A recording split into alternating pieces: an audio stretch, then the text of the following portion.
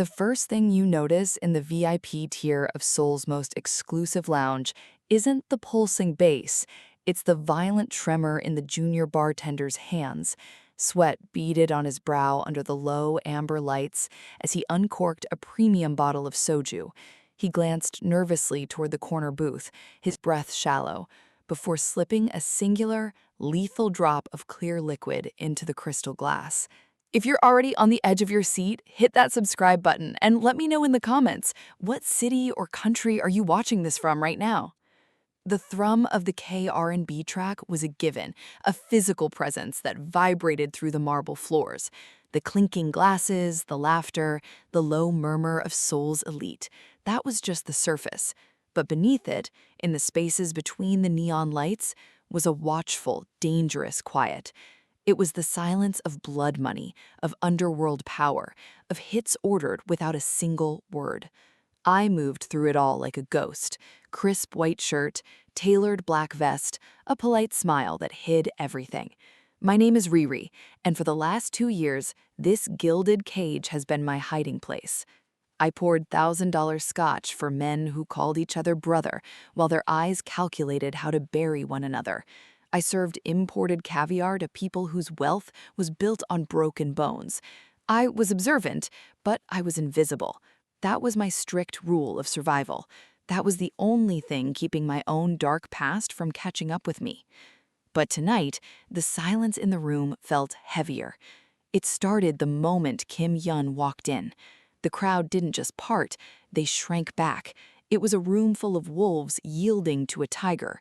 I didn't need the terrified, hushed whispers to know who he was.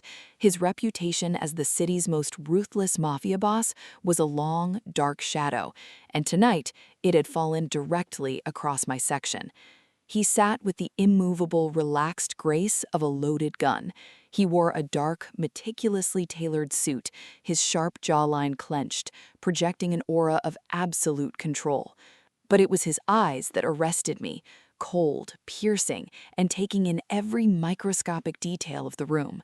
And the poisoned glass was heading straight for him. My heart hammered a frantic rhythm against my ribs.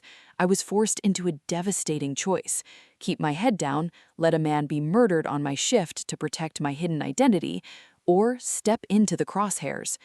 As the junior bartender set the glass on the dark marble table, I made my choice. I walked over, my face an unreadable mask. I didn't say a word. I simply slid a small folding napkin right next to his glass. "Your drink is poisoned." I turned to walk away, to vanish back into the safety of the shadows. But before I could take a single step, his hand shot out. His fingers wrapped around my arm, a grip like iron. He didn't look at the glass. He didn't look at the note. Those cold, calculating eyes locked directly onto mine, and with a single, terrifying pull, he forced me down into the seat beside him. The leather of the booth was cold against my legs, a sharp contrast to the burning heat of Kim-hyun's grip on my forearm. The world around us, the thumping K-R&B, the clinking of glasses, and the oblivious laughter of the Seoul elite, instantly muted into a dull roar. Inside this velvet-lined perimeter, the air was vacuum-sealed with tension. Instantly, 3 massive figures materialized from the shadows, hands slipping beneath their tailored jackets. Kim-hyun didn't even look at his bodyguards. He just raised 2 fingers of his free hand, a minute gesture that froze the lethal men in their tracks. Slowly, he released my arm. His gaze finally dropped to the folded napkin on the dark marble table. He didn't touch it. He leaned in closer, the scent of expensive sandalwood and latent violence washing over me. "A bold accusation for a waitress," he murmured. His voice was a low, resonant rumble that barely carried over the music, yet demanded absolute attention. "Why should I believe you?" My instinct, my old instinct, the one I had buried 3 years ago, screamed at me to avert my eyes, to play the terrified civilian. But looking away from a predator only triggers their impulse to bite.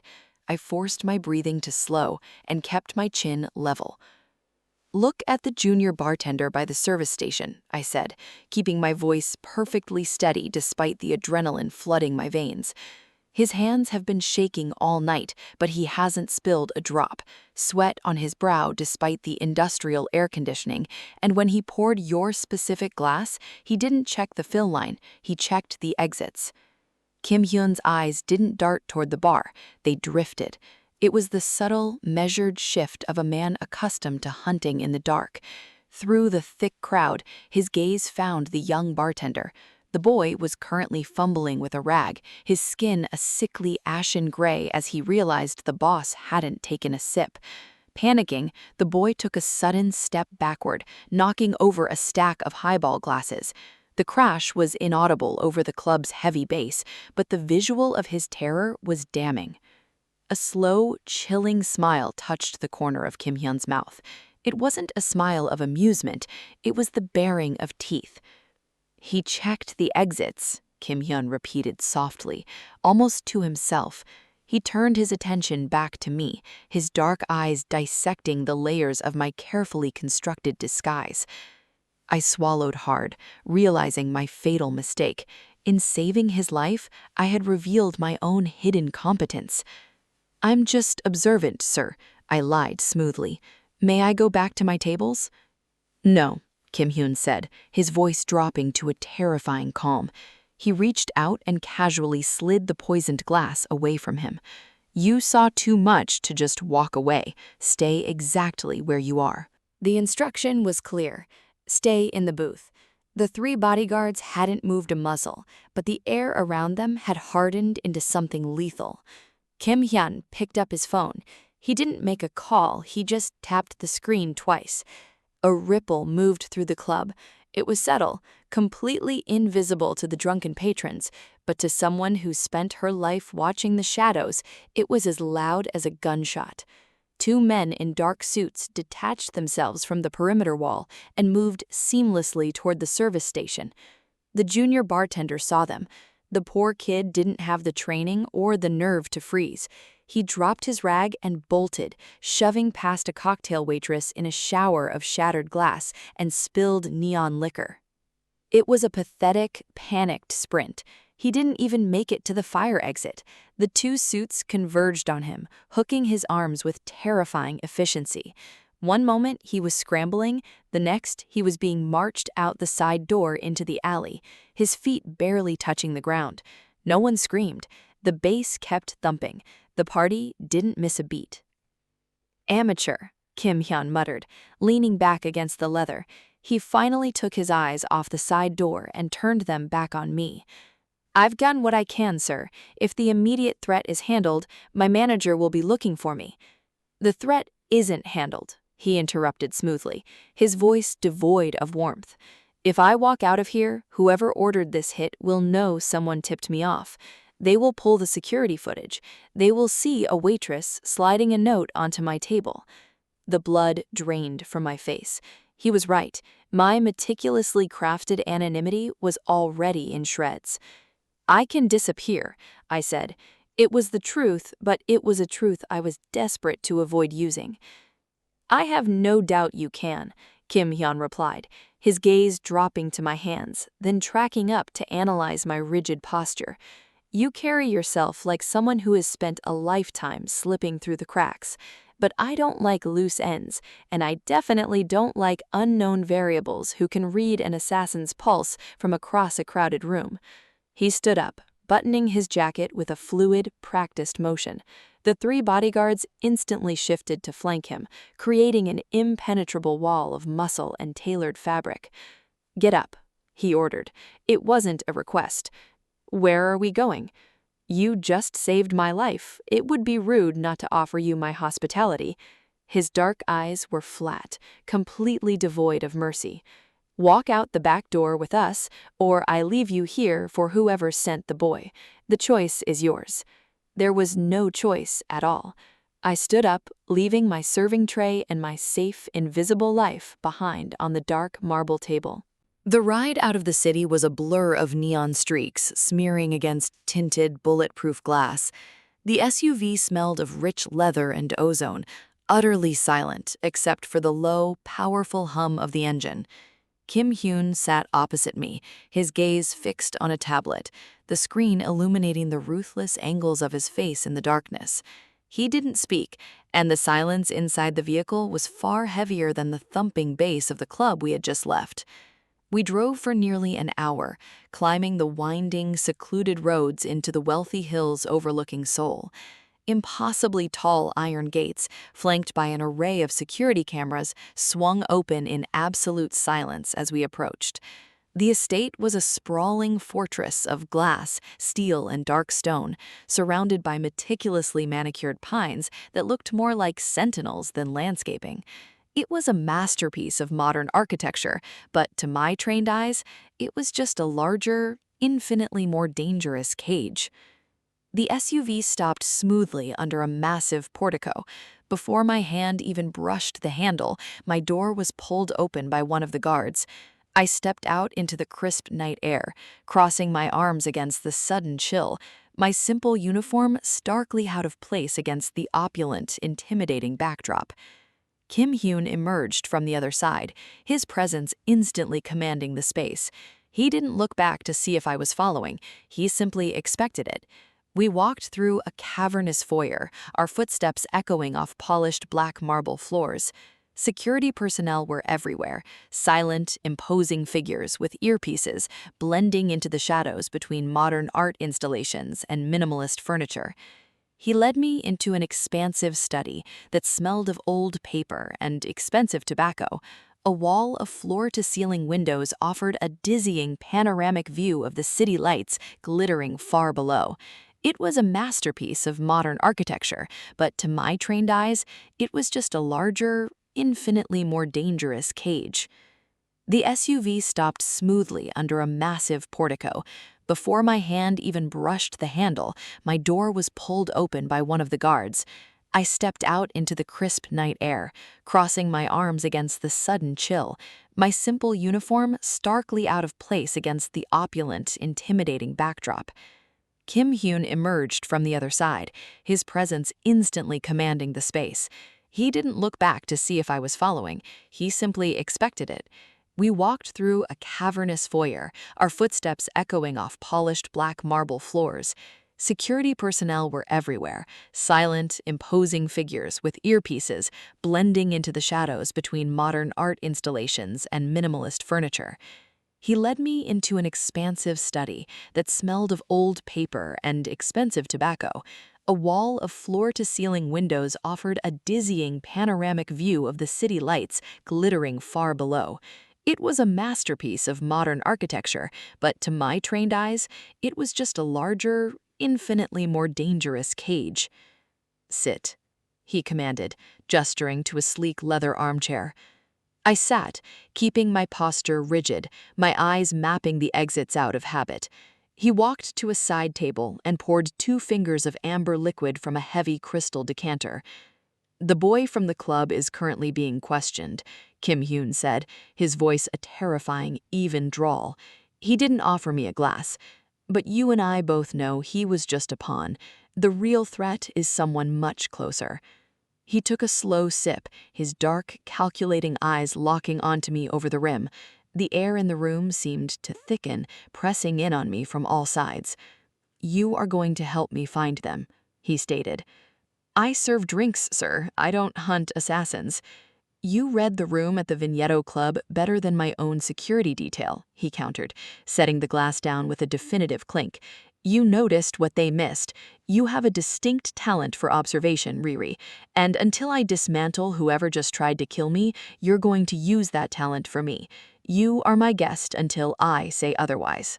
The morning sun did nothing to warm the sprawling fortress. It only illuminated the dust motes dancing in the cold, filtered air of Kim-hyun's primary conference room. I had been handed a heavy silver carafe of black coffee and told to do what I did best, blend in. 5 men sat around the massive mahogany table. These were the apex predators of Seoul's underworld, Kim-hyun's inner circle.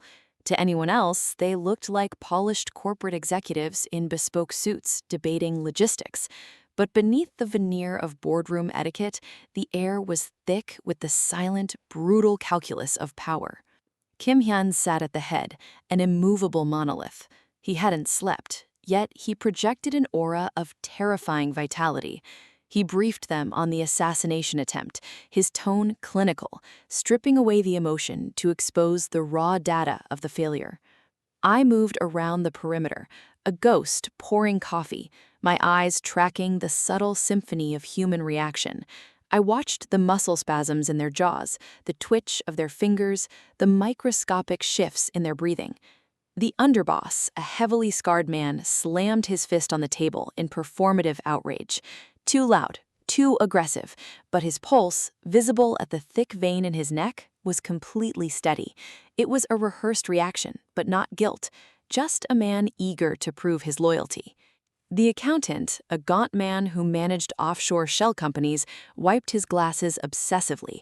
Paranoia was standard for a man who knew too many financial secrets, but his eyes darted toward Kim-hyun with genuine fear, not calculation.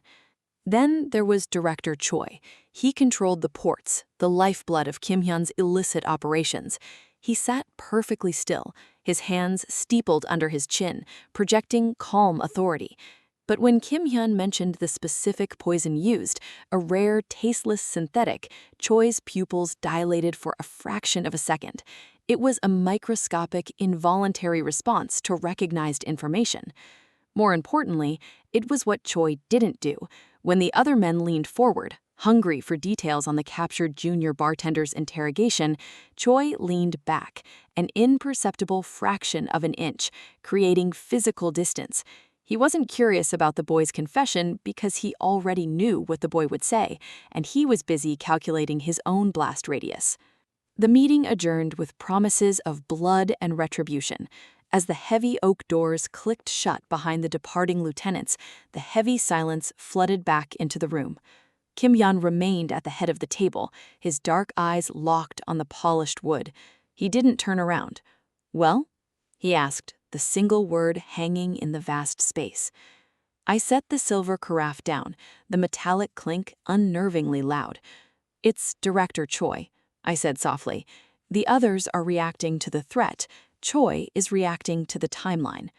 Kim-hyun slowly turned his head, his gaze sharpening into a deadly, focused point. The hunt had officially begun. The air in the room changed the moment I named Director Choi. Kim-hyun didn't flinch, didn't demand proof, didn't ask for a second opinion. He simply walked to his desk, a massive slab of raw, polished obsidian, and unlocked a secure terminal. The shift in his demeanor was immediate and terrifying. I was no longer a civilian witness to be managed or a liability to be contained.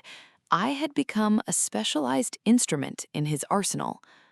He began pulling up encrypted shipping manifests, port security feeds, and offshore financial ledgers, projecting them onto the room's expansive smart glass wall. The sheer volume of illicit wealth and coordinated logistics scrolling across the screen should have sent me running for the door. Instead, an old, deeply buried part of my brain flared to life. The sharp, analytical mind I had tried to numb with long shifts and mindless routine snapped into terrifying focus. "Choi is meticulous," Kim-hyun murmured, his dark eyes tracing the cascading lines of data. "If he made a move against me, he built a fallback, a secondary power base. Find it." He was testing me again, but the parameters had changed. He was giving me unfettered access to the bloodline of his empire.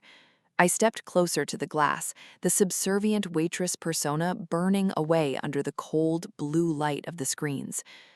"He wouldn't hide it in the main ledgers," I said, my voice steady, stripped of the hesitation I had feigned for the last 2 years.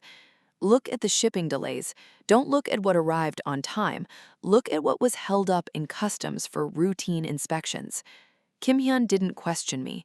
He tapped a sequence of keys, filtering the massive data pool. A subtle but undeniable pattern emerged, a string of cargo containers repeatedly flagged by one specific customs official over the last 3 months. "He's stockpiling," I pointed to the clustered dates on the glass. "Untraceable cash, or maybe weapons. He's building a war chest using your docks right under your nose, preparing for the fallout of your assassination. Kim-hyun stepped up beside me. For the first time since he had dragged me into his booth, he wasn't looking down at me. He was looking at the board with me. The physical distance between us had closed, and I could feel the latent, suppressed violence radiating from him. You don't just read people, Riri. You read systems. You understand how power moves. I understand how survival works, I corrected, finally turning to meet his dark, piercing gaze without dropping my own. And right now, my survival is inextricably tied to yours. A heavy silence settled between us, fundamentally different from the terrified quiet of the club. It was the silence of a newly forged, highly volatile alliance. He reached out, not to forcibly grab my arm, but to hand me a sleek, encrypted tablet. I was no longer a captive in his fortress. I was sitting at the chessboard. The encrypted data had revealed a single, repeating contact linking Director Choi to his hidden war chest, a shadow known in the underworld only as the Fixer. He was the architect of Choi's treason, the man who had acquired the untraceable poison and the illegal stockpile. To dismantle the plot, Kim-hyun needed him alive. He didn't send his strike team to retrieve him. He went himself, taking only 2 elite guards and, terrifyingly, me. The meeting was set for 2 a.m. in a decommissioned water treatment plant on the industrial outskirts of the city. The air inside the massive concrete cavern was freezing, heavy with the suffocating smell of rust, damp earth, and decaying industry. Water dripped rhythmically into dark, stagnant pools. The Fixer stood alone under the sickly yellow glow of a single halogen work light. He was a slight, unassuming man in a dark trench coat, holding a silver briefcase. He spoke rapidly, his voice echoing off the cavernous walls as he eagerly offered to surrender Choi's entire logistical network in exchange for his own life. Kim-hyun stood his ground, a towering silhouette of lethal intent, listening to the man's frantic bargaining. But I wasn't listening to the words. I was reading the environment. The Fixer was sweating, rambling about port schedules and offshore accounts, but his hands, clutching the handle of the briefcase, were completely still. His knuckles weren't white. There was no tension in his grip.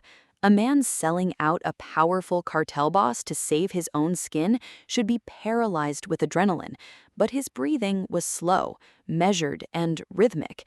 It was the calculated respiration of someone waiting for a cue.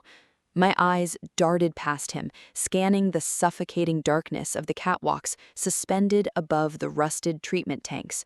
The facility had been abandoned for a decade, covered in a uniform layer of gray industrial dust.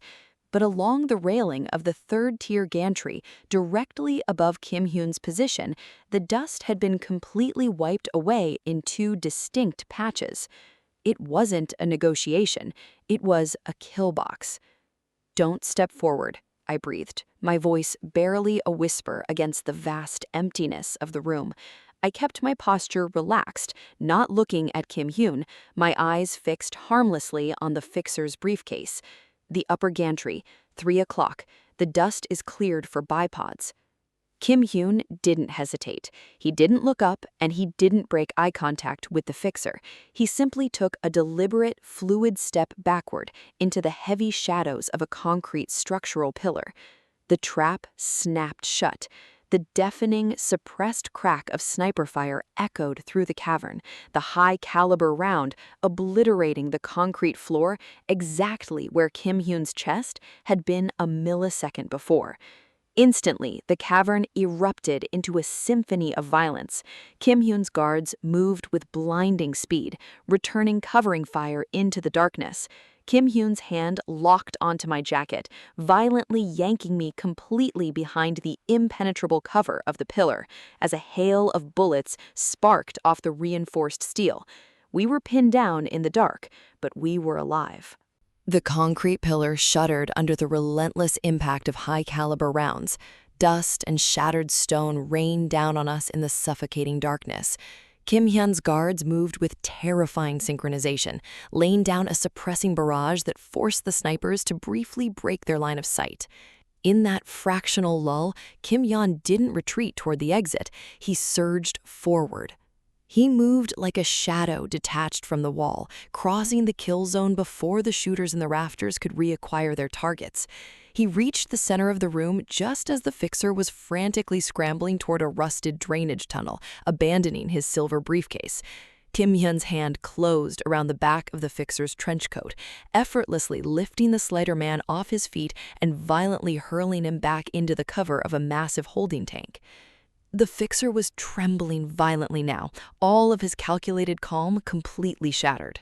They were supposed to wait until I was clear, the fixer stammered, pressing a shaking hand against a grazing wound on his cheek. Choi promised me safe passage. Choi is a businessman, Kim-hyun stated, his voice a low, terrifying rumble that cut through the ringing in our ears. Why pay the architect of a failed assassination when you can bury him under the rubble with your enemies? I watched the realization hit the fixer's eyes. It was the devastating clarity of a man who suddenly understood he had outlived his usefulness. The snipers in the darkness weren't just here for Kim-hyun, they were here to sanitize the entire operation. It's not just Choi, the fixer gasped, desperately offering up the only currency he had left. He was rapidly calculating his odds, betraying his employer to survive the monster standing directly in front of him. Choi doesn't have the capital to fund a coup of this size. He has a silent partner, a corporate backer. Kim-hyun's grip on the man's collar tightened, pinning him against the steel tank. Name him. Han Tae-jin, the CEO of Taeyong Heavy Industries. He wants your shipping lanes to smuggle unlicensed tech, and Choi promised them to him on a silver platter. They're meeting tomorrow night to finalize the transition of power. Kim-hyun dropped the fixer. The revelation fundamentally shifted the battleground. The corporate elite stepping into underworld blood feuds meant the danger extended far beyond the docks. The gunfire above abruptly ceased. Kim-hyun's elite guards had flanked the gantry. 2 heavy thuds echoed through the cavern as the snipers were eliminated. The silence that followed was absolute.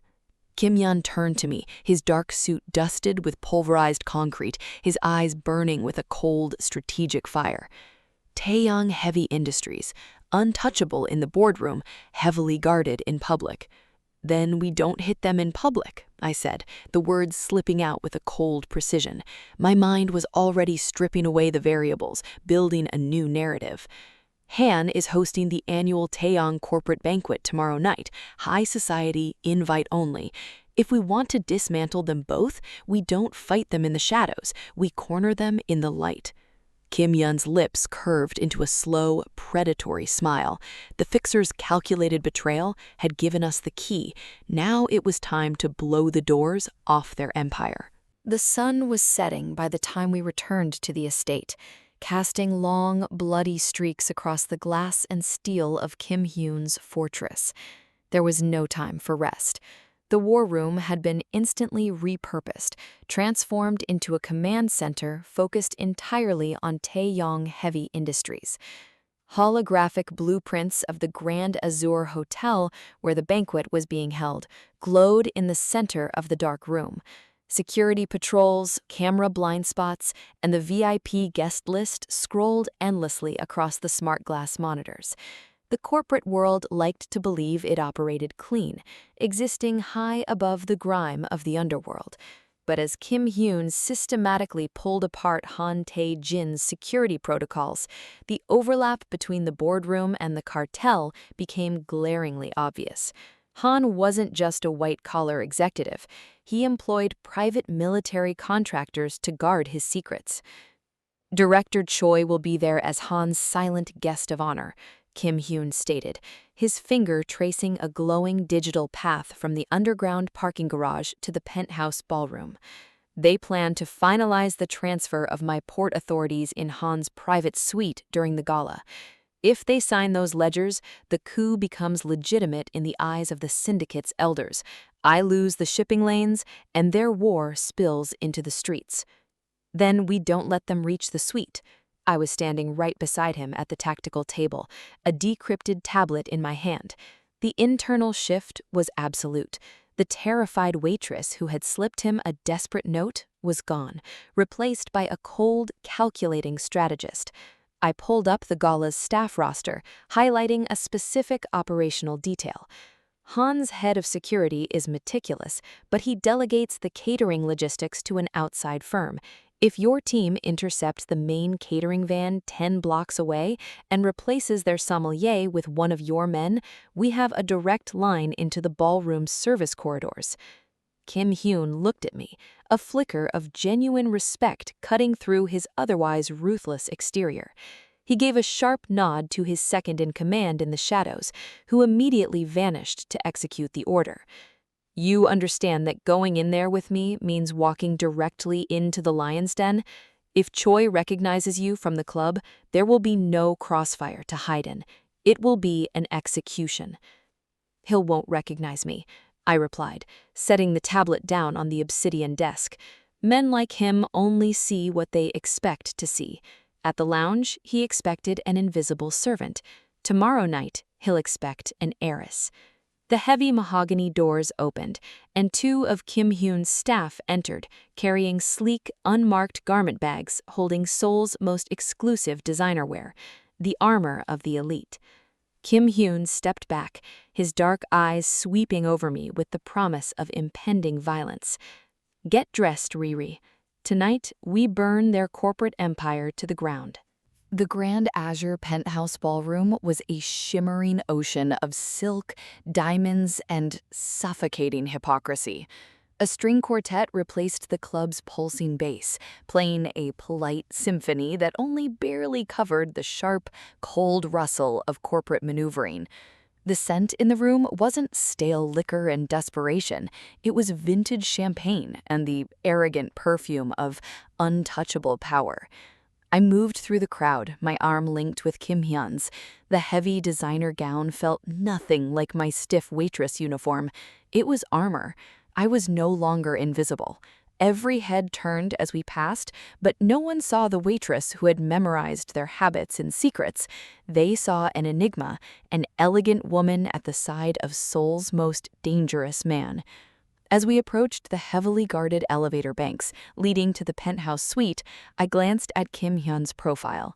In that fraction of a second, the image of us in the lounge booth from that first terrifying night, the scene captured in ChatGPT image May 4th, 2026, 12:38 p.m.jpg, when he had violently grabbed my arm and forced me down beside him, flashed through my mind with blinding clarity. Back then, I was a captive witness, paralyzed by fear. Now, I was the blade in his hand.